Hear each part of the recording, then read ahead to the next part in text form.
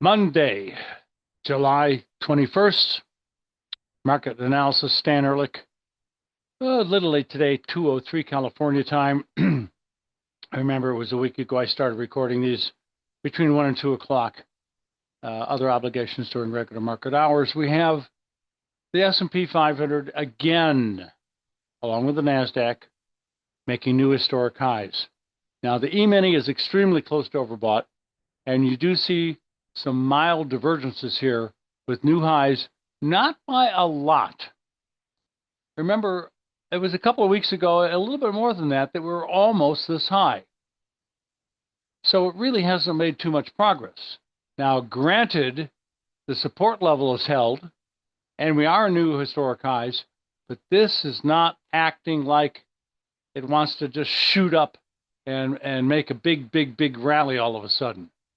I am still looking for a sharp downside correction. There was a significant dip at the end of the day, and that brought the closing price back down below the previous high, which was Friday. Not necessarily a good bullish sign. Spider, historic highs. It did close strong, but that's mostly because it's 6:30 to 1 o'clock California time, the traditional stock market hours. And it is overbought again today. And the sharp break toward the end of the day for the SPY. What about the QQQ? NASDAQ is overbought and has been for several days now, and is acting a little bit more like a normal bull market. Look, it made new historical highs back around June 25th, and here it is the 21st of the next month, and it has climbed very steadily since. So this particular index has followed through very nicely, and you can see the dip at the end of the day wasn't quite as substantial. The NASDAQ futures contract, and that is not current, just a moment, sorry, has been doing the same thing as you would expect, and it's overbought for the last 3 days.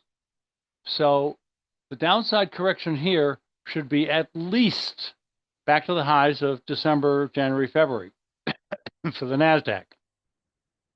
And the end of the day, downside dip wasn't all that substantial either. As you would expect, the Qs didn't do it, the NASDAQ futures didn't do it.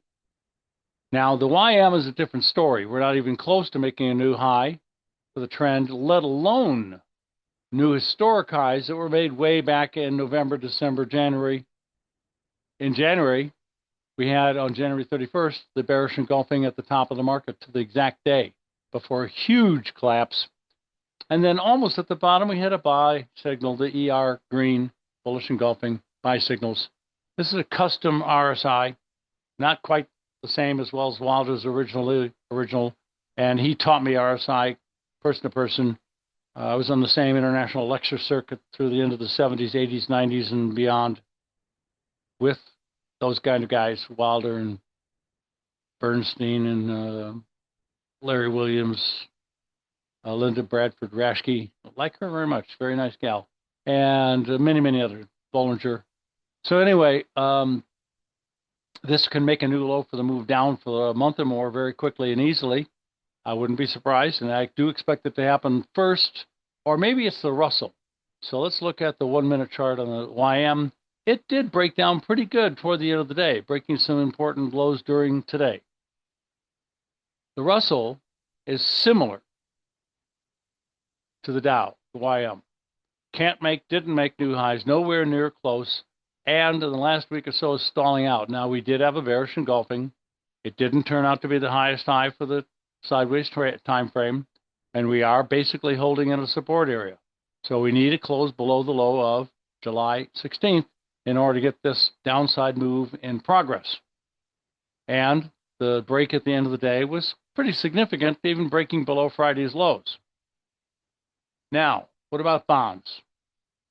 Big update today.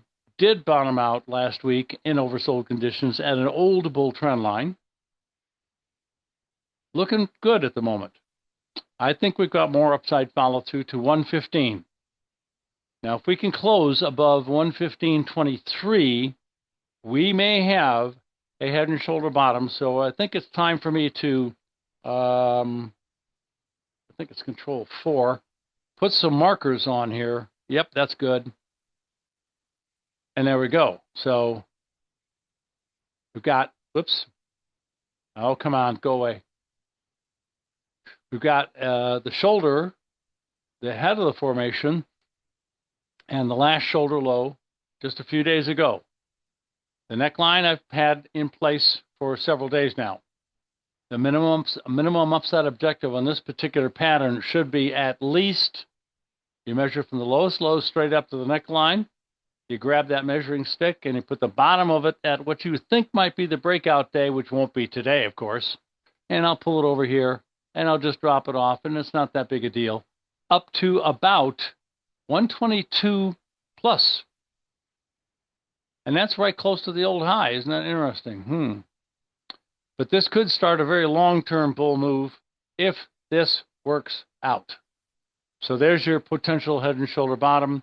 It's not as symmetrical as I'd like. The time frame from the lowest low, which you've got to pick that low, to the bottom of the formation, is that time frame. And if you measure from the low, then you would have expected a low to be approximately July 3rd. Instead, it was significantly later if this is the last shoulder low. Now, this is not uncommon, so it's not canceling the potential formation. Looking for higher levels in bonds, it could be pretty good. Notes, not quite the same because this low is the lowest. If it had not been lower than that low, we might have a shoulder low. Then I could talk about that point, and that point being the pivot points for the neckline, slightly downward slanted, etc., etc., etc.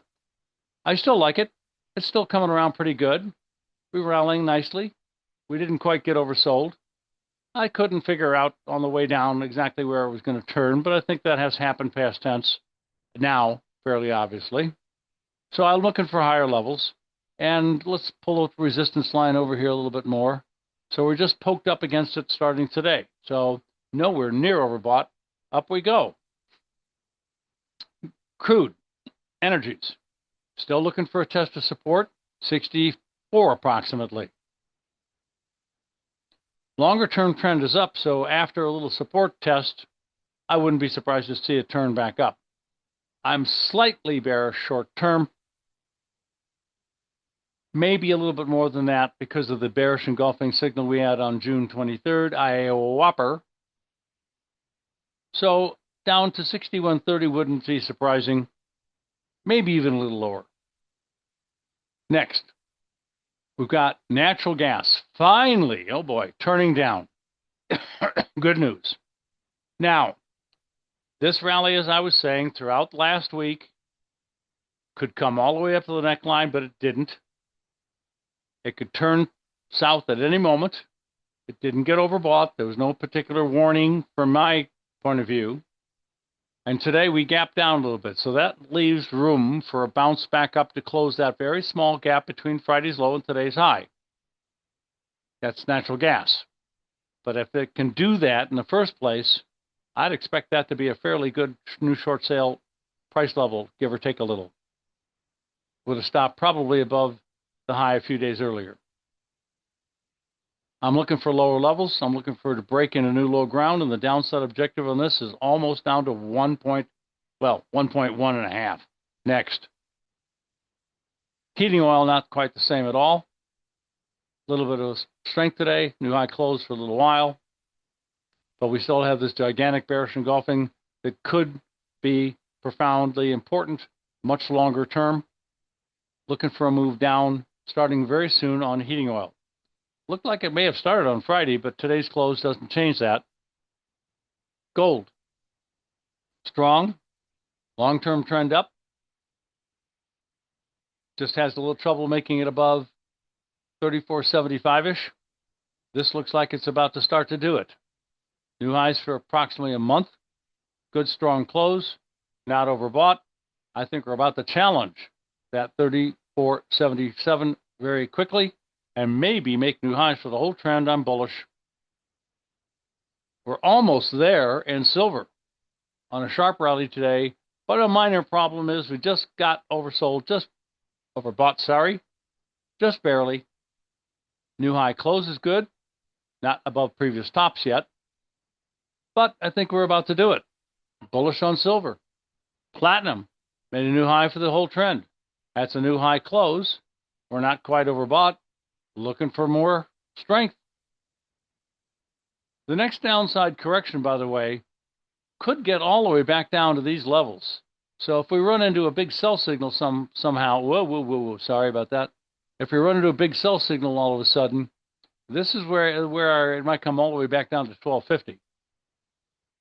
This was an outside trading range, but higher close being bullish engulfing. So that is maybe one of my bass backwards, but it usually is overbought at the same time, which this is not. So I'm still friendly at the moment, but I wouldn't feel comfortable chasing it up here by buying. Next, high-grade copper did break above the little tiny bear trend line. The flat bottom right triangle is obviously broken out to the upside on Friday. We got the upside follow-through.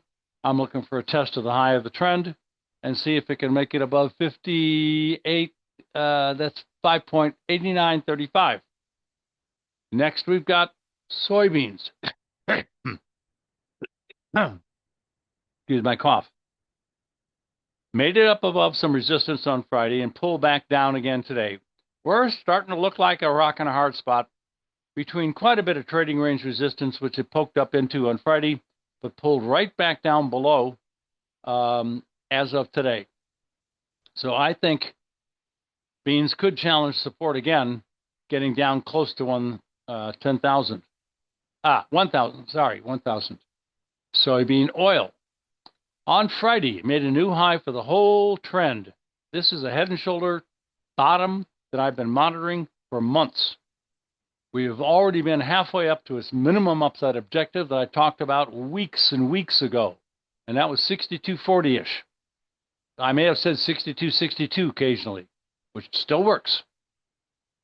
Overbought on Thursday and Friday of last week and had a little correction today, but managed to stay approximately unchanged on the close, up a little bit. I'm looking for a little bit more strength maybe to get to that resistance, but we already just touched it almost on Friday with overbought conditions, so a little bit of a dip here is not unlikely, but I'm still bullish. I'm looking for that upside objective will be fulfilled, and this pattern is doing great. And we've got a little strength, but it didn't hold in soybean meal. Meal just doesn't seem to have it these days.